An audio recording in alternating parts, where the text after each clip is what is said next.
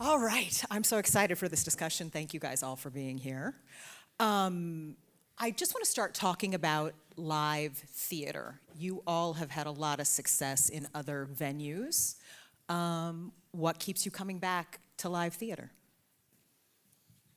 It's the best. It's one of the reasons to live in New York City.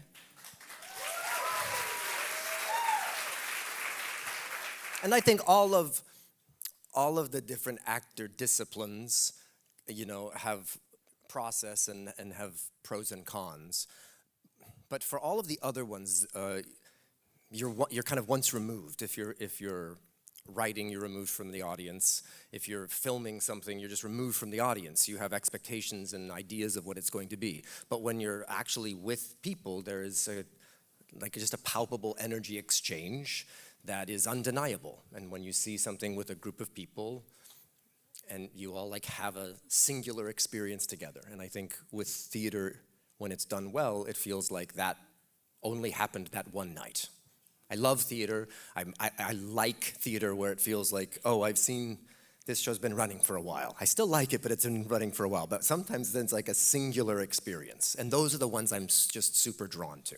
So getting the opportunity to do a play with these two, that's such like a ribald conversation and argument. And I don't know, it seems like it could be ripe for super kinetic audience exchange every night.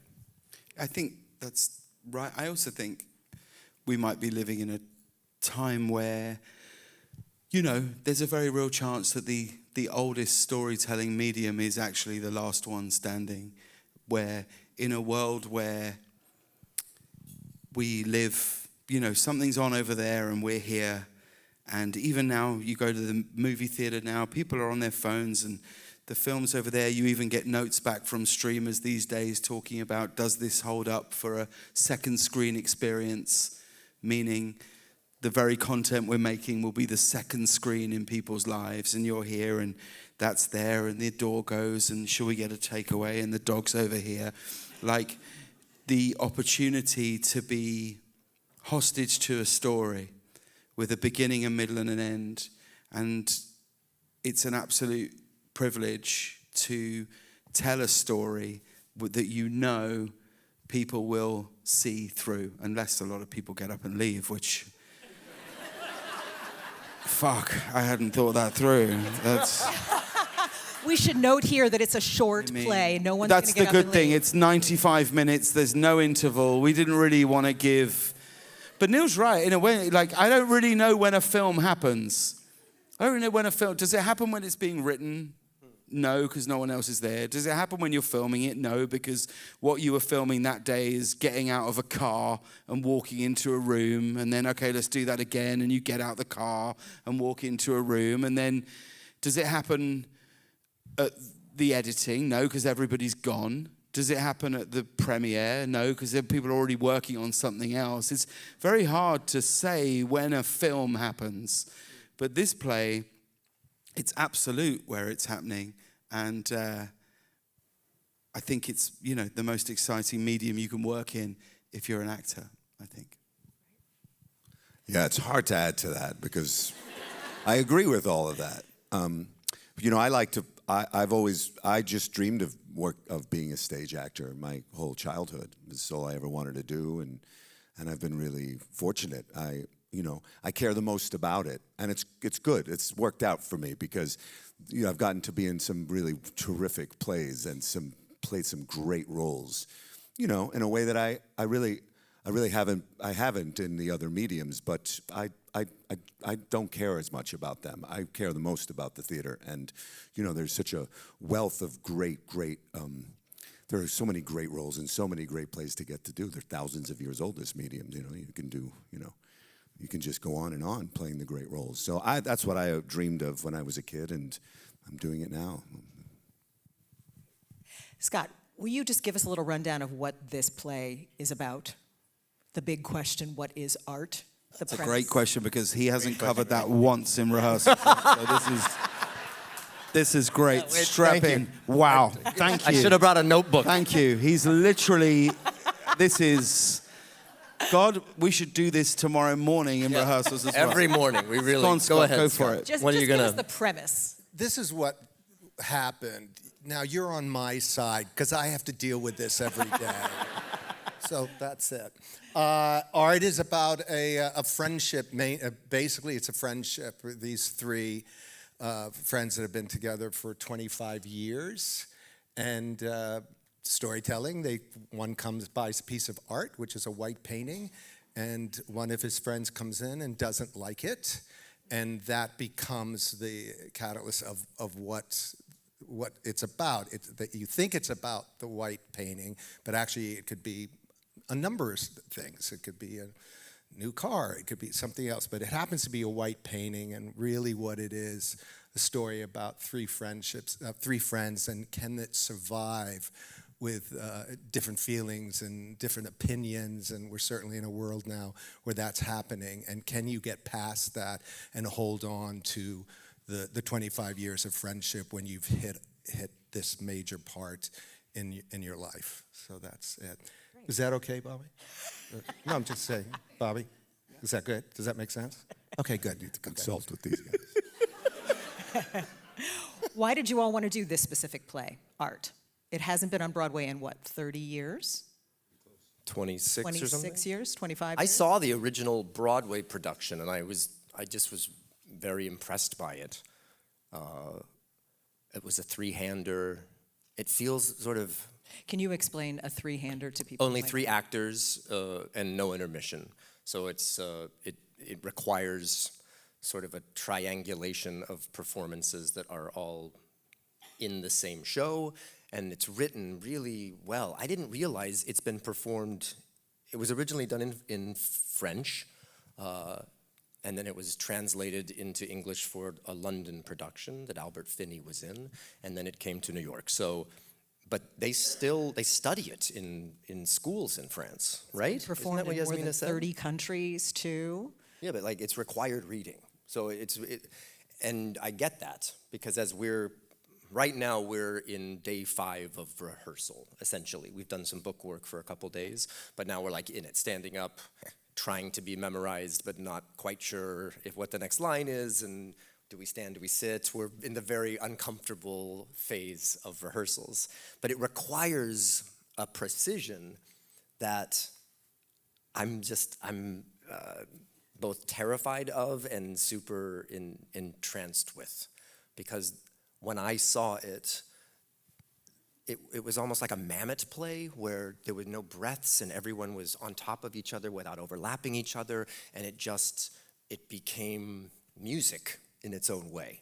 And I thought that would be something that would be really exciting to participate in. I've also witnessed both of these two gentlemen give live performances that just knocked my socks off. I think Bobby in Motherfucker with the Hat was so fantastic. In the Sondheim musical that you just did at the Shed, it was so different from what I had seen him in before, and I just loved his commitment, and his presence is amazing. And I think One Man, Two Governors, the performance that you did in that, my husband David is here, and we saw that together, and I had just never wanted to get up on stage and be a part of a group of people as much as when you had done that. Because if you had been lucky enough to see it, he broke the fourth wall a lot, and he would talk to the audience, but that was scripted, I think, and most of it was scripted, and you weren't sure, and it was just hysterically funny. It was physically funny. It was a tour de force. And so I'm going to do a lot of that in this play as well. We just haven't got to that yet. Oh, wow, okay. You're like, is it white? I don't know. Get on up here. Come on. That's so lovely of you. Thank you. So those were my reasons. The chance to get to play and be in New York with my family. So that will keep me here for a little while.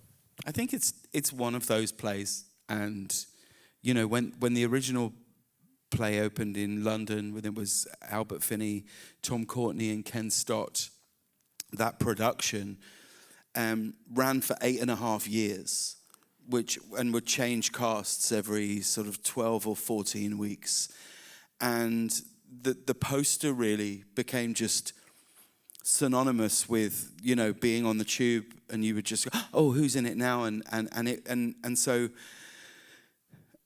what's really interesting about the play is, as Neil says, it's 30 years old, hasn't been done here for 26 years. So your first question is, I wonder how that holds up.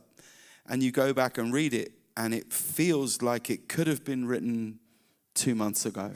Because really, as Scott says, the play is not about a painting. The play is about friendship, and really what it's about is how do people argue.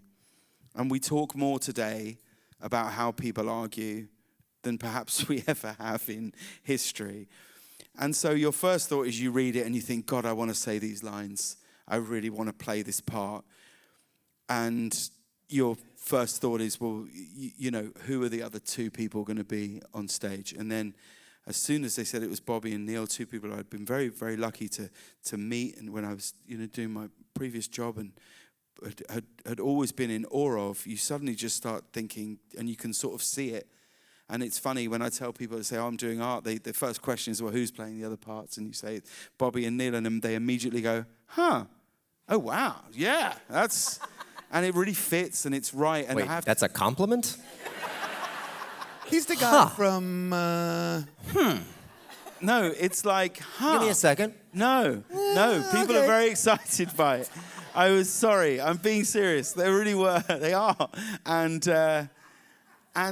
you know, like Neil says, like I called my wife when we did this table work, and we read it out loud for the first time.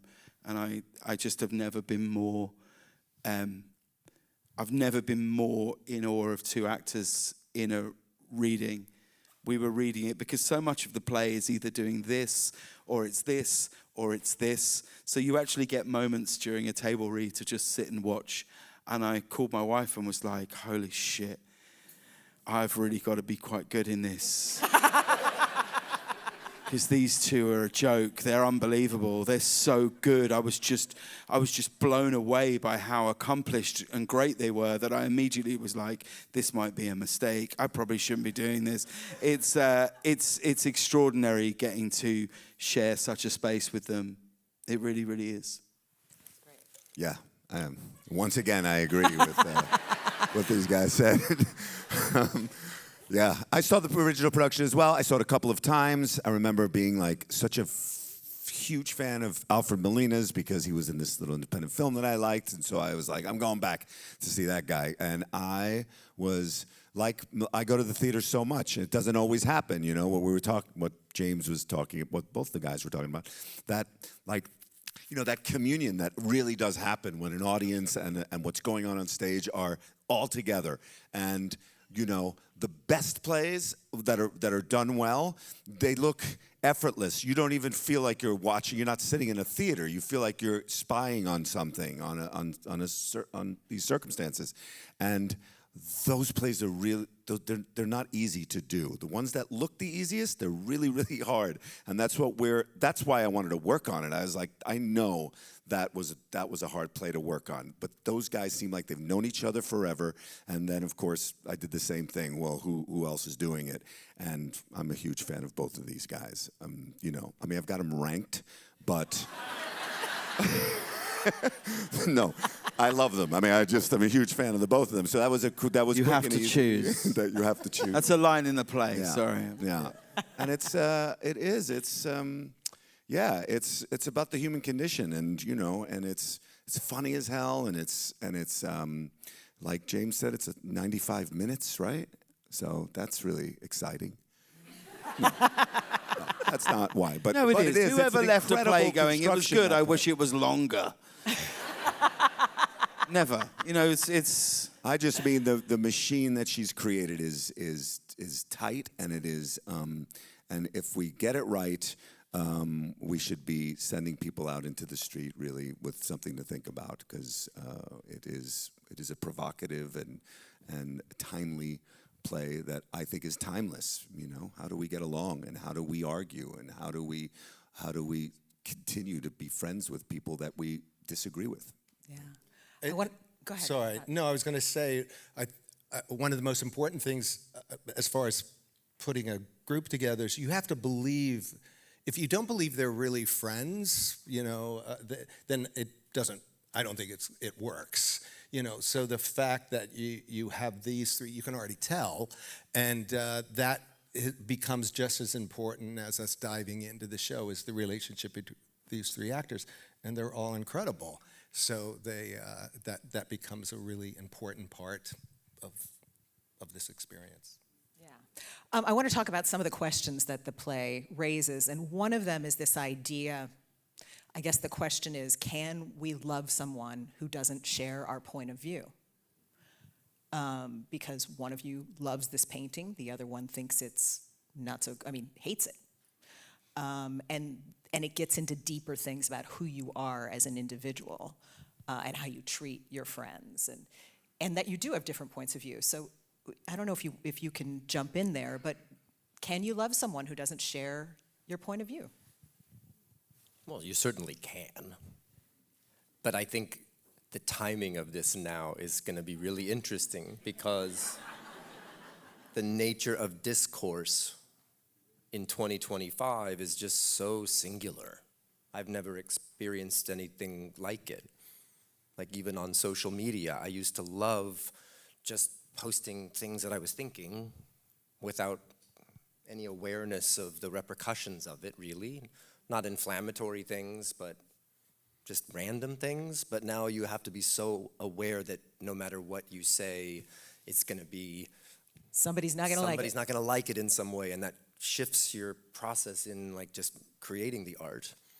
And a lot of this play is about discourse and why, like, yes, you don't have to like the art that Serge, my character, likes and spent a lot of money on, but the way in which he speaks about it is what offends him.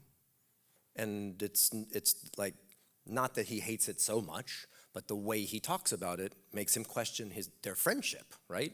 It's not about the art and whether he likes contemporary art, it's the way he's treating my character when he's discussing it. And even in that discussion, it goes off the rails. And so that's where I think you absolutely should be able to love someone who doesn't agree with your beliefs. And I think we, as a global society, need to be constantly reminded that that's important. And I do think there will be something innately funny and probably kinetic and toxic about watching this devolve in a way that maybe wouldn't have had the same teeth when it was done on Broadway, 25 years ago. Yeah. It's wild. You were saying maybe it's more relevant today, James. Well, yeah, I think it would be awful if everybody felt exactly the same as I do about everything. I think it would be terrible if everybody liked the same art or music, or I think difference of opinion is necessary. And so, yes, I guess the answer to the question is yes, you absolutely can love somebody who doesn't share your the same values about everything, and perhaps acceptance and forgiveness are words that we probably don't speak about enough, really.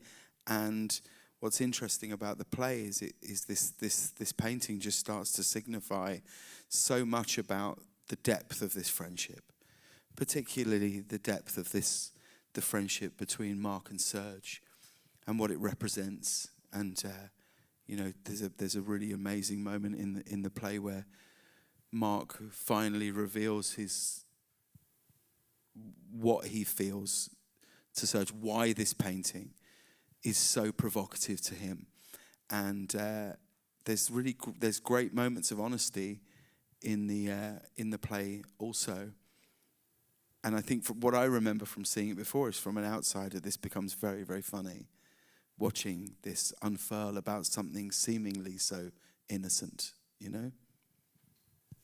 We were kind of talking about that in rehearsal, because right now in our process, we are not at all thinking about the funny, even though this is kind of a funny play, and I think that's understandable, but it's not written as a comedy. And in fact, Yasmina, the playwright, didn't write it. She wrote it as a tragedy. Well, the play won Best Comedy at the Olivier Award. And she went up to collect the award and said, "Oh, I thought I wrote a tragedy." Yeah. Which she did, because really it's a play about three guys who are right on the edge of understanding. Like, there's something happens. I'm just looking at the audience, and I think there's a lot of people in a similar spot to us on the stage, where you hit your sort of mid-40s and you turn into like Sniper's Alley, where you realize, like, oh shit, I'm gonna die, you know, and then so are other people, and other people are gonna die, and oh my God, who am I? Fuck, I better buy a painting, you know. I should buy a painting to show you that I might be somebody of merit somehow, because I'm dying with every passing breath and minute. And again, another good reason the play is 95 minutes. You will be closer to death, but not as close to death as if you see Waiting for Godot. Very good point. Should be above our theater. Closer to death, but not as close as you will be if you see the show next door. That's what it should say outside. Just following up on that, I read that Yasmina Reza was standing in the backstage when it premiered in London, and someone came up to her and said, "It's a success. Listen to the people laughing." And she said, "It's a catastrophe. People are laughing so loudly they can't hear the words." Yeah, she talks about seeing it in London after Paris. Christopher Hampton did the adaptation, and she turned to Christopher, and he says that. He said, "What?" Because there was so much laughter. "What did you do to my play?" She was really upset about it because they didn't have that, the same reaction as they did in Paris as they did in England. That's so scary right now. It really is, because today we're just poring over the text and trying to figure out what's truths and like, why would I say it? Not only why would I say this, but why would I say it this way? And why, if I'm going to say it this way, would you respond that way? And I could say this line really intensely, or I could say it in a different inflection. And we're navigating all that, and I'm not at all conscious of laughter, right? Yeah. The last thing I did was Peter Pan Goes Wrong from Team Mischief. And that was like intentionally funny. And your conversations in rehearsal were like set up, hold for the laugh. I mean, it was slapstick. And so I'm a little nervous now because I was like, oh shit, yeah, we're gonna have to like hold at times, be listening for unintentional laughter that we— Or not. Fair. I mean, I think it's kind of elemental, but I don't know how you write a great comedy, right? You have to write. In my experiences, all the plays that I've done that people laughed at were also not considered comedies. You know, Stephen Gerges always maintained he didn't write a comedy, and The Motherfucker with the Hat, and it had a lot of laughs. It had, Chris Rock in it and all. But, desperate circumstances, right? Like, people in desperate circumstances do desperate things, and there's something that's funny about it, sitting on the outside, watching people fight for their lives. And people do funny things when they're desperate. And, that's just true in any of the great. Tootsie's funny because this guy cannot get a fucking job, and he's gonna lose his apartment, and but he's desperate. He's desperate. He does something crazy, and I mean, I just always maintain, that's really a great comedy. I've never been in like a one man, two governors. I mean, I don't know what the rules are really. For writing a comedy. Well, that's an interesting thing. But when we were doing One Man, Two Governors, we were like week two into rehearsals at the National Theatre, and I think me and there's a brilliant actor called Ollie Chris are doing a scene, and the other, it was quite a big cast, there's like 14, 15 people in it, are over where the tea and the coffee station, over there, and me and Ollie are doing a bit, and they all start laughing, and Nick Heitner, who directed the play, is not someone who's often, he's not big, he doesn't shout, he's, very calm, I'll never forget it, what is happening here? What are we doing? Silent auction. We're just... Silent auction. We're bidding. We're all just pretending that this isn't happening. Who gave the best answer? They're voting. This is the second time now. We're just... Yeah. At the end, they're gonna tally it up and be like, that answer I know you I gave haven't about worked one man, in New two York governors. in a while, but I didn't know that this is just a thing that we do. Okay, so anyway, Nick, so Nick Heitner, we do this line, and the actors are over here, and they start chuckling and laughing, and Nick, he slammed his pencil on the table, and he said, "Stop." He said, "You are not," and he pointed to all these actors, he said, "You are not laughing, you are being supportive actors. You have heard these jokes before, and I am banning laughter in this rehearsal room." He said, "If we start to think that this is ever very funny, we are finished." And he pointed at me, he said, "You are starving, hungry, and you do not know where your next meal is coming from." He said, "You are on the run, you are a murderer." And he said, "I promise you, the more serious we are on stage, the more hysterical this will be out there. But we will come undone if we all start thinking that this is a comedy." And it changed the entirety of that production. And I do think what you're saying, Bobby, is right, that actually our job is to play the absolute seriousness of this. Because it's not like there's jokes. It's not like it's like set up, joke, and you hope that the audience will respond in however they feel that they want to respond. That's the key, I think. Sorry, It'll Scott. probably change from show to show with this play, right? I would imagine. From audience Yeah. to audience will be like, we'll have to be actively listening for reaction, because so much of the dialogue is scripted, and then there'll be ellipses within the dialogue, which I oft represent a pause of sorts. So when those aren't there, we're on top of each other, and if they're gonna laugh, we're gonna have to potentially hold and like figure out how to navigate that. It'll be really fun. I'm beyond excited about the first preview. I can't tell you. I just think it's the most. I mean, you go back to your question of like, why do a play? Why do this play? I am terrified. I am terrified by this entire experience. I've woken up every single morning, sweating, thinking about this speech that I have in the middle. I go to sleep listening to a recording of it. You can ask my wife and son, they're here. I am. It is painful, my nerves, for this entire experience. However, the experience of doing the first preview of this play that hasn't been on in this city for over 25 years, I think I am more excited about looking at him and being like, "Oh, okay, wow, this is right. Oh, wow, okay, did you hear that? What's going on?" I couldn't be more excited about the entire experience of doing it. That's great. I mean, in a way, the play itself is a white painting, right? People are going, like you said, it's going to be different every night. People's interpretations, what they take from it, will probably be different every night. That's the thrill of it. I mean, you go back to that theater. Every time we go to something, it's never going to be that again, ever. It's never going to have the same connection you have with the audience. We're a movie, it is what it is. TV, it is what it is, and you can have different. But in theater, it's between that, and it's every single performance is different because of that, which is why theater is so great. By the way, The Scott, audience too has they'll come with their own preconceived relationship to art and to contemporary art, and it's triggering for a lot of people in some ways. When I go into an art gallery, and we collect contemporary art, so I know a little bit about it, but you'll go into a gallery and I don't know, I just feel unwelcome, and like I'm not smart, and I don't know the artist, and I'm looking at it and I'm sure it's a thing, but I don't know. Like it's triggering, so it'll be interesting too for an audience to be processing these conversations through their own lens. yeah, and let's talk about that for a little bit, the value of art, because your character pays like $200,000 for this painting. More. Yes, a lot. lot of money for this painting.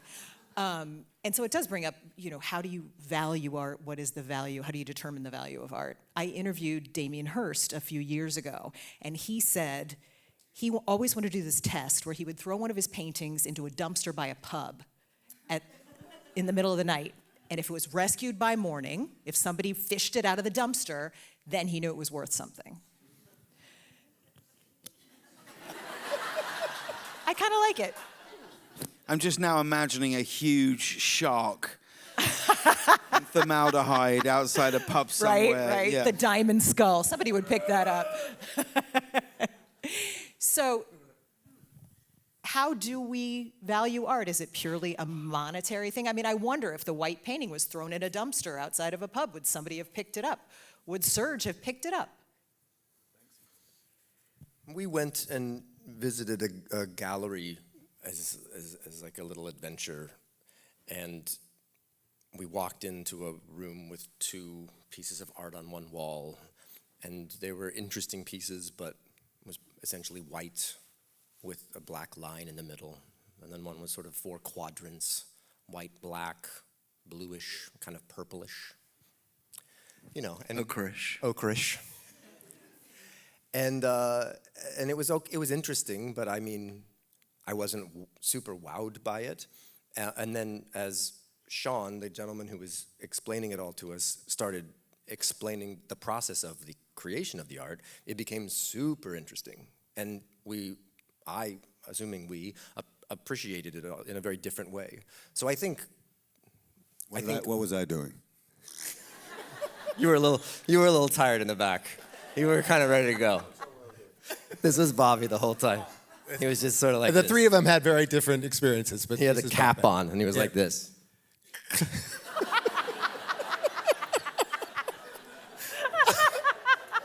Okay, but the favorite thing is that Neil would ask questions because he searched, and Bobby literally passed me and said, "Can you please tell him not to ask any more questions?"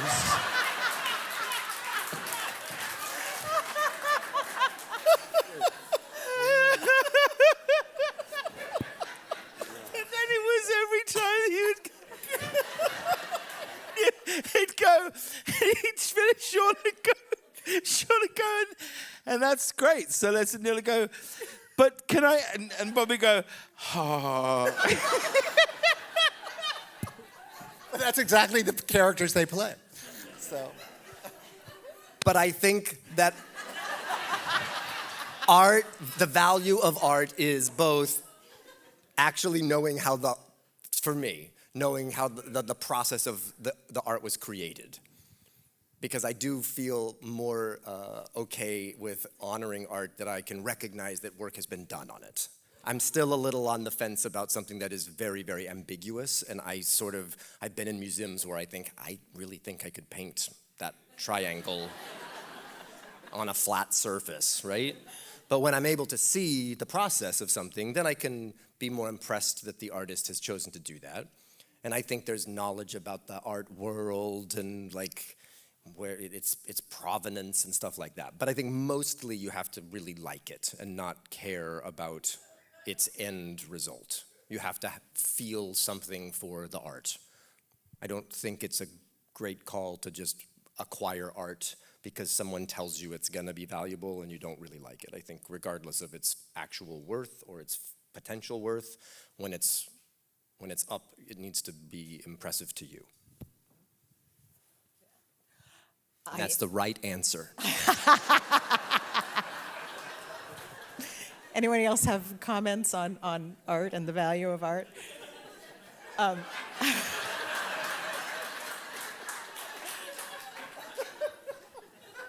was a long hour. that one, not this one. That one. No, I'm kidding. I was, funny. I did learn something there. I also about myself.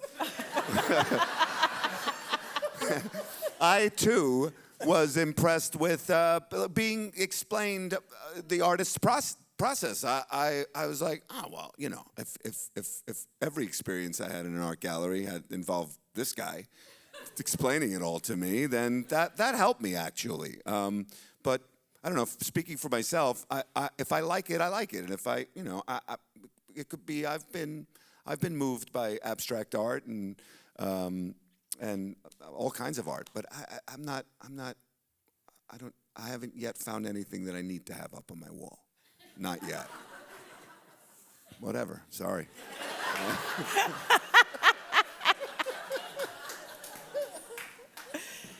Talk a little bit about rehearsals. You're a week in, and so how is that going? Scott, do you allow laughter in rehearsals?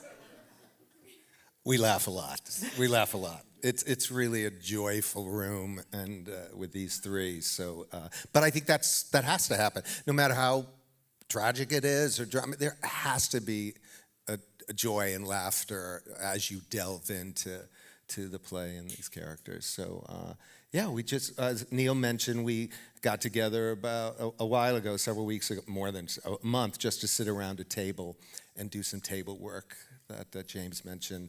And Yasmina came in, and that was really great, and that was a real base. And now we are now up on its feet, and that becomes a very different, another layer of looking at it, asking questions, and so you just slowly work through the play. It's a great privilege to be in the room with people who make theater for a living. All these people make theater for a living, and the designers and our stage managers and everybody in the room has just, we do this. So nobody's starting from a different place. Like, we don't have anybody here who's never done a play before. And so the investment, those 4 days that we took with Yasmina, and getting to hear these guys' voices around the table, and then leaving for a month and then coming back was wonderful. It was, again, like, there's never been a doubt in my mind that we're going to have fun with this, that we're going to be able to play with this play, because, again, it's, the play, it speaks for it. The play is a success. She's written a great play, and now we just have to figure out how to do this thing, and it's, you feel all the different things, you get excited, and you get scared, and today was tough, and in the end, you come out, and they're going to be there September, whatever the day is. So, and they know, I always think, well, day by day in rehearsal, whenever I'm done with my rehearsal day, I come home and I think to myself, yeah, right, okay, it's just another day that we know the play better than anybody. And as we get closer to the performances, and I get kind of geared up, because I get a little nervous about the audience, to be frank, until they're there. But that's how I kind of pump myself up. I just think, well, we've got this. We've made this thing that nobody else can do better. And it's because of the rehearsal and the time we spend with each other. And it's a privilege, like James said, to be with these guys.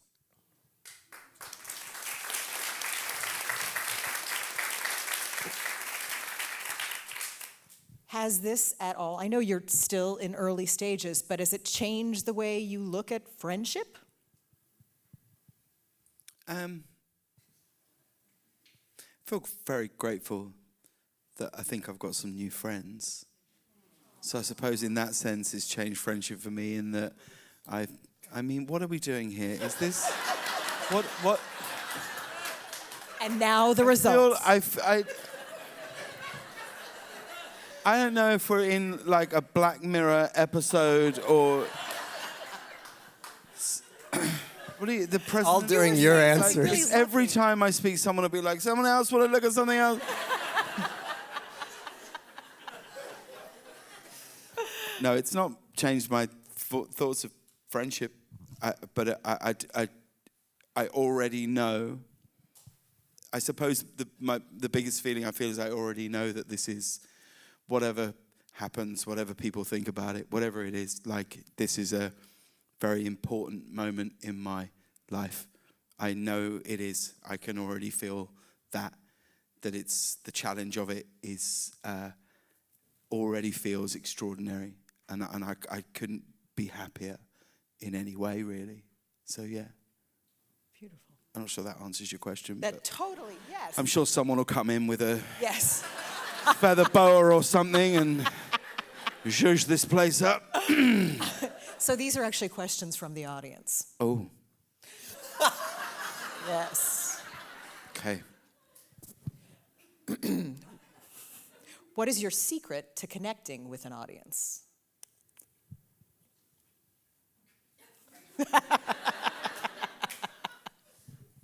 I'll give a short-ish answer, and I don't know if it's a proper answer, but I saw Alan Rickman perform in a play, a Noel Coward play, Private Lives? Private Lives, yeah.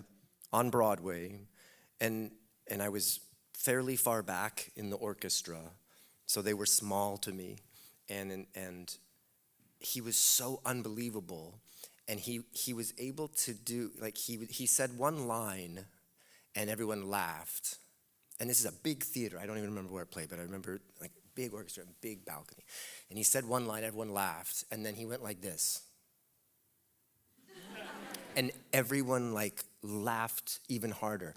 And it was profound to me that this person and that person and that person were so keyed into what he was doing, and, like, energy-wise, that a raise of the fucking eyebrow brought the house down. And it wasn't a big gesture. It was, and so my answer to that is, like, listen and be prepared for that the energy exchange. Like, it is palpable.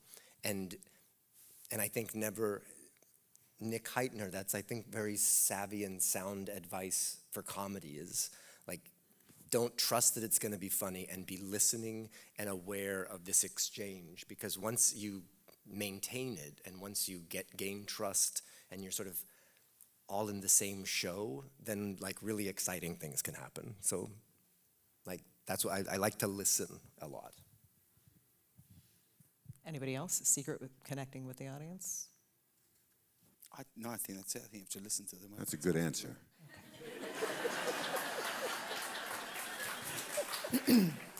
This is a long one.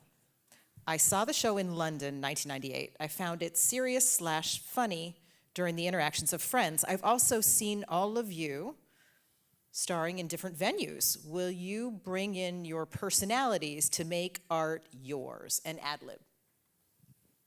Oh, I don't think there'll be any ad-libbing. No, there'll definitely not be ad-libbing. It's not that kind of play. I can't guarantee it will be exactly the text that was written.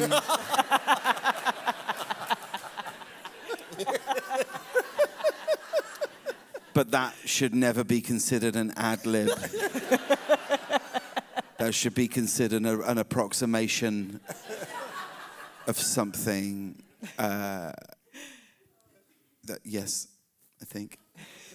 The play does not lend itself to ad-lib because it's so, the sentence structure is very verbose and long, complex sentences. And so any contemporary, even though we're playing it in a contemporary time, any sort of likes and ums and ad-libs of a contemporary nature would not make any sense. Very precise. Yeah. Stick with that and trust that. But I think our personalities will inevitably, innately kind of bring into it in their own ways. That's their archetypes, but certainly not so specific. At any point, have you wished you were playing a different role in the play?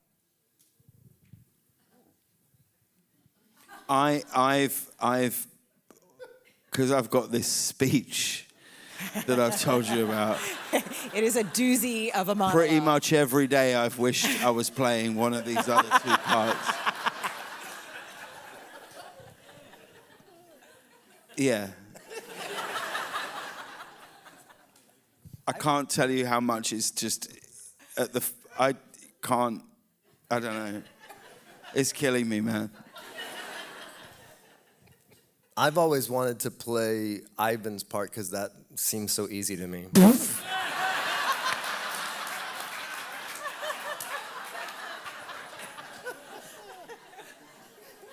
I think the only thing Neil and I would agree on is that nobody will ever play Mark better than Bobby. Yeah. Sometimes we're chatting like in a break, and he'll say something, and I'll be like, "Shit, that just sounds like Mark. That's amazing." I do love my part. I'm playing the right part. I do. I think I'm playing the right part. But I love all those parts. I mean, I too, like I said, I'm such a big Fred Molina fan. So I'm.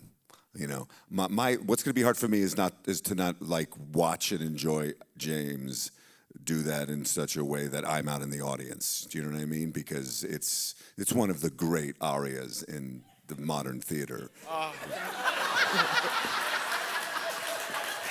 It is hard, and you got to Really see. hard. You know what? Fred used to do this thing. I was in I was buying some water the other day, and a guy said to me, "How's rehearsals going?" And I said, "Yeah, no, it's good." I said, and I was very touched that he knew that we were doing the play, and I was very touched. And he went, "How you getting on with that speech?" And I was, "What?" I was like, "Are you an actor?" He went, "Yeah." He went, "It's tough, that tough one." I was like, "Cheers, mate. I'm going in now. Bye." Like, yeah. But is part of the fun doing something that terrifies you, for all of you? Yeah, it has to be. It has to be, doesn't it? Isn't that the thrill of it? Like, to be completely out of your comfort zone. What a privilege to be scared. What an incredible thing to be nervous. Like, you're only really nervous when you care about something. You're only nervous when something matters. And the greatest thing about doing a play, and that we're all very lucky, we've been in shows that have run for a long time, and when you're in, week 8 or 10, those nerves aren't there at all. And if anything, you wish that they could come back. So I consider nerves to be the greatest privilege you could have going to work. How brilliant to feel something, to be doing something you care about that matters. It's amazing. And you're right, that is the reason to do it. It's terrifying. But what a great thing to be scared, And we all have kids. We're all fathers to children, so we spend time telling them that failure is important. That's how you grow. You should not be afraid to fail because that's how you learn things. If you just do average things because you know you'll succeed, you don't get to expand as much. So I think putting yourself in uncomfortable positions, going to places you've never been, eating foods you've never had before, just trying things, failing, and then being okay to raise your hand and say, "I don't get it," so that then you get the answers, right? That's going to help you grow. So it's very flop sweaty and uncomfortable in its own way, but that's the fun part. Yeah, I'm just glad you stopped saying failing so much. I really hope we don't fail. But I know what you mean, yes. It's, being terrified. I feel the same way. I mean, what a privilege to feel. I like what you said, to feel anything. I mean, to feel, to have the excitement of 1,000 people coming to see your show and knowing that you're going to feel them all up there while you're living is, it's terrifying. It's so exciting. I can't wait. And it's what you do it for. Like, all of this stuff, like, if you could go back, and it's so easy when you get into, when you're working, to forget the very thing that you ever dreamt of, right? When you were, like, if I could go back and tell my 12-year-old self that this would be his life today, right now, his head would explode. His head would explode. He just wouldn't be able to believe it. That he'd be in a play on Broadway doing this. It would be unfathomable. And you've got to hang on to that. You've got to hang on to that, I think, every single day. Even in the days, like Bobby said, like, look, the last hour rehearsals today, it was hard, man. I felt really bad because my wife and kids only arrived yesterday, and every day that they've called me, I've been like, "It was amazing. It was great." They arrived today and they got back, and I was like, "Don't fucking talk to me for a minute." It was, and so, but that's it. Like, God, you got to sometimes, you got to Google Earth yourself every now and then and realize how lucky you are to be doing something like this. That's the big thing, is that we're just lucky we get to do what we love. There's a lot of people who don't do that. Didn't have the opportunity. So even on the hard times and the hard days, it's a nice reminder to go, yeah, but we get to look at what we get to do. Wonderful. Thank you all. You all are lucky enough that you live in New York City, and so you can go see art. Performances start August 28th at the Music Theater.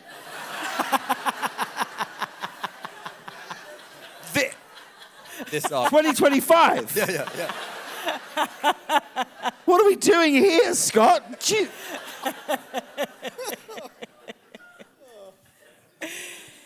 Thank you all so much. Thank you very much, everybody. Thank you. Bye.